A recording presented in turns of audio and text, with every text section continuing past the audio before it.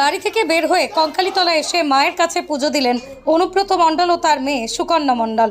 এরপরে কঙ্কালীতলা থেকে কলকাতার উদ্দেশ্যে রওনা দেবেন বলে খবর। দীর্ঘ প্রায় 25 মাস বাড়ির বাইরে ছিলেন অনুব্রত মণ্ডল। দিন কয়েক হয়েছে বাড়ি ফিরেছে, এরপরই তিনি রওনা দিলেন কঙ্কালীতলার উদ্দেশ্যে।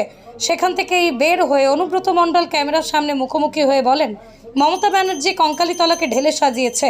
বীরভূমের যে কটি পীঠস্থান আছে সবগুলোকেই ঢেলে সাজিয়েছে মমতা ব্যানার্জি।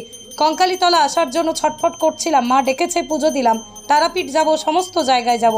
নিজের মেয়ের নামে, স্ত্রীর নামে, মমতা ব্যানার্জি, অভিষেক ব্যানার্জির নামে পুজো দিলাম কঙ্কালীতলায়, বললেন অনুব্রত মণ্ডল।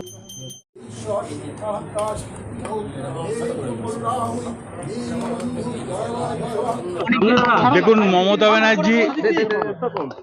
মমতা ব্যানার্জি কঙ্কালীকে সেজে ঢালিয়েছে, তারাপীঠকে ঢালিয়েছে, ফুল্লরাতলাকে ঢালিয়েছে।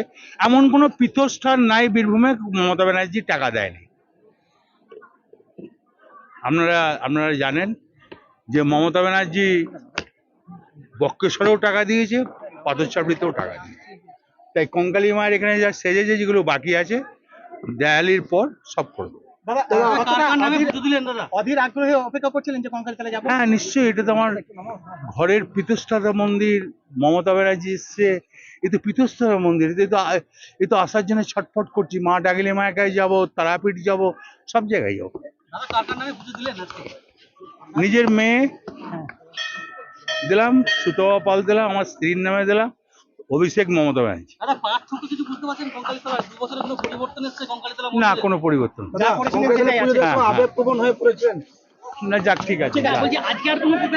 না না।